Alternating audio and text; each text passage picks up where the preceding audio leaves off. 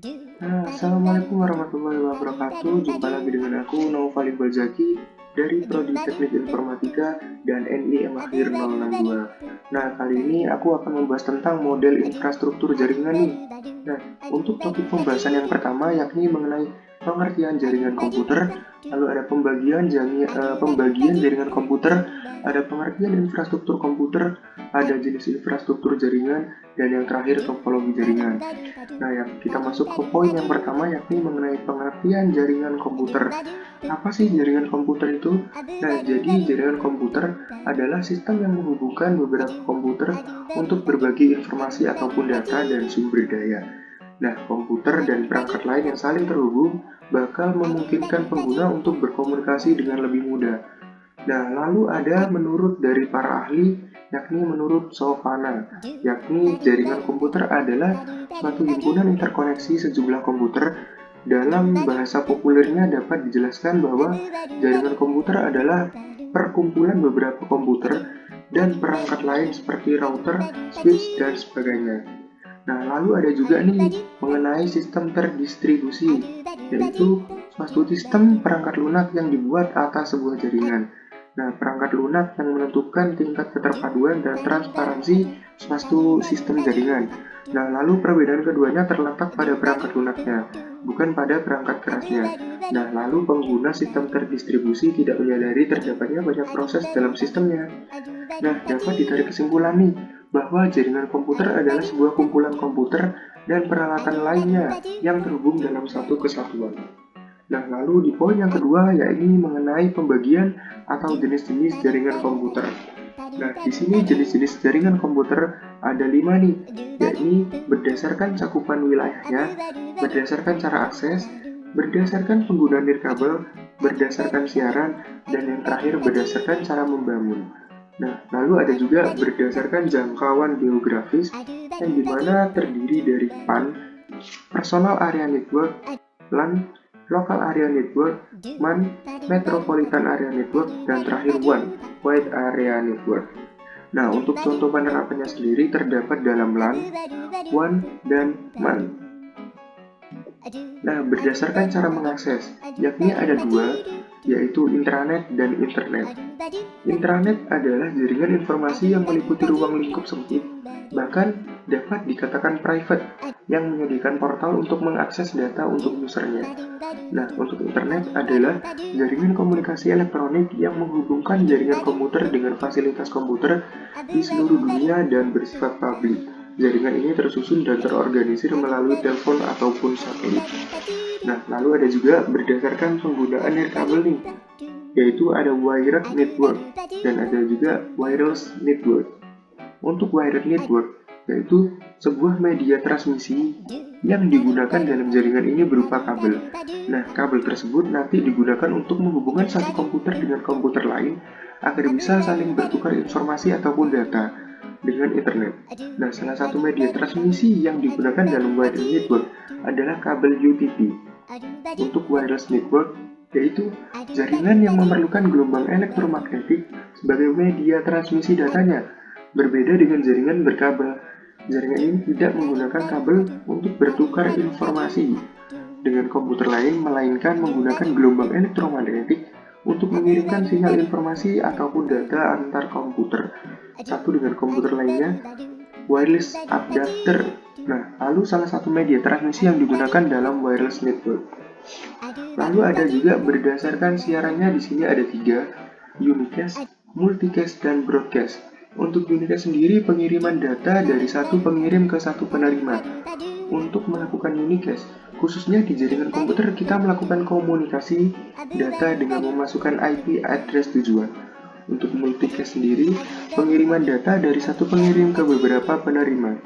Untuk melakukan multicast, dalam jaringan komputer kita menggunakan multicast address dengan range 224.0.0.0 sampai 239.255.255.255. Nah, untuk broadcast sendiri yakni pengiriman data dari satu pengirim ke seluruh penerima untuk melakukan broadcast ke seluruh penerima. Dan di sini menggunakan broadcast address yang merupakan IP terakhir dari sebuah network address atau bisa kita sebut sebagai dengan last IP address.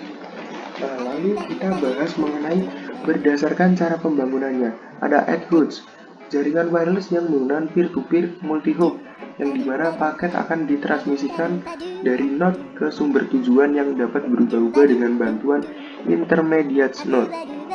Lalu yang kedua ada infrastruktur jaringan. Apa sih itu? Nah, untuk infrastruktur jaringan yaitu sebuah kumpulan sistem komputer yang saling berhubungan dan dihubungkan oleh berbagai macam bagian dari sebuah arsitektur telekomunikasi.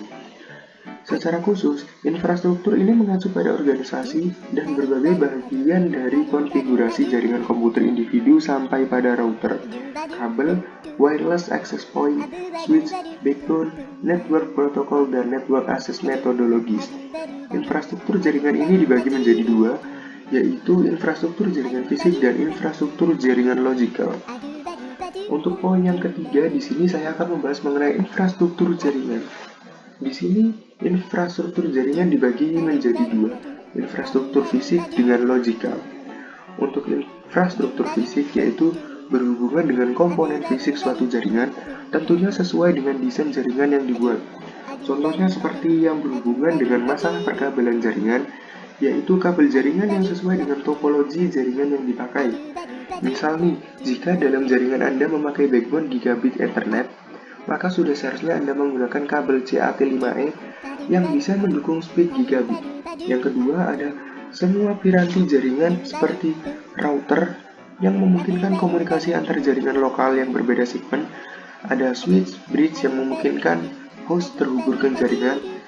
Ada server yang meliputi server data file, DHCP server untuk layanan IP address, dan lain-lain. Yang terakhir ada infrastruktur fisik bisa termasuk di dalamnya teknologi Ethernet dan standar wireless.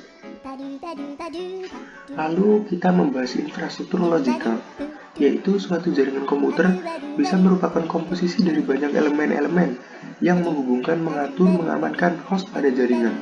Infrastruktur logikal ini memungkinkan terjadinya komunikasi antar komputer melewati jaringan fisik yang sesuai dengan topologi jaringan. Sebagai contoh dari infrastruktur logikal ini adalah komponen seperti domain name system, director service, dan protokol-protokol jaringan seperti protokol TCP/IP, protokol jaringan yang sangat populer dan paling banyak dipakai sebagai protokol jaringan dari berbagai platform jaringan baik platform Windows, Linux, Unix, dan lain-lain.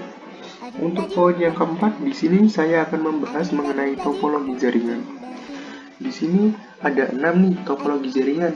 Yang pertama ada bus topologi, ring topologi, star topologi, ada extend star topologi, hierarchical topologi, dan mesh topologi. Untuk bus topologi untuk gambar seperti berikut dan memiliki kelebihan biaya instalasi yang bisa dibilang murah karena menggunakan sedikit kabel. Lalu penambahan klien atau workstation baru dapat dilakukan dengan mudah dan untuk ini sangat sederhana dan sangat mudah diaplikasikan.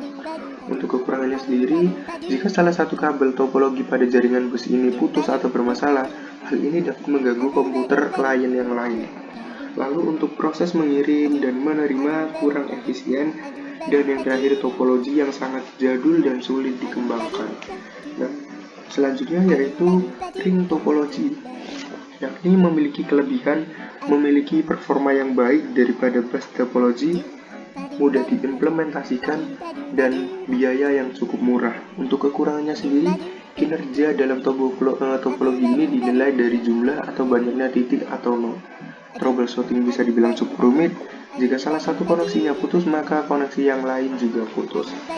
Untuk star topologi, gambar seperti berikut dan memiliki kelebihan bersifat fleksibel.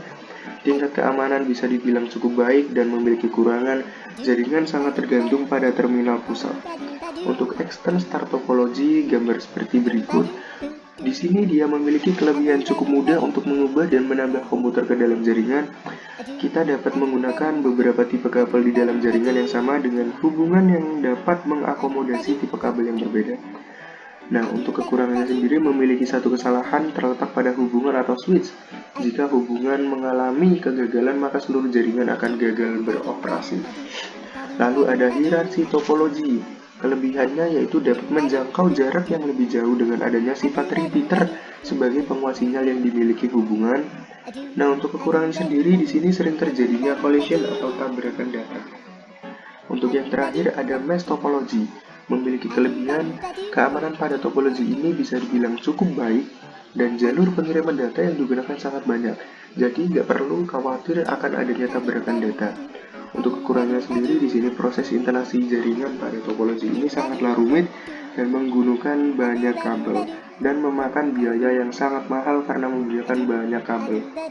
Mungkin cukup sekian pengertian atau materi yang bisa saya sampaikan mengenai model infrastruktur jaringan. Kurang lebihnya saya mohon maaf. Wassalamualaikum warahmatullahi wabarakatuh.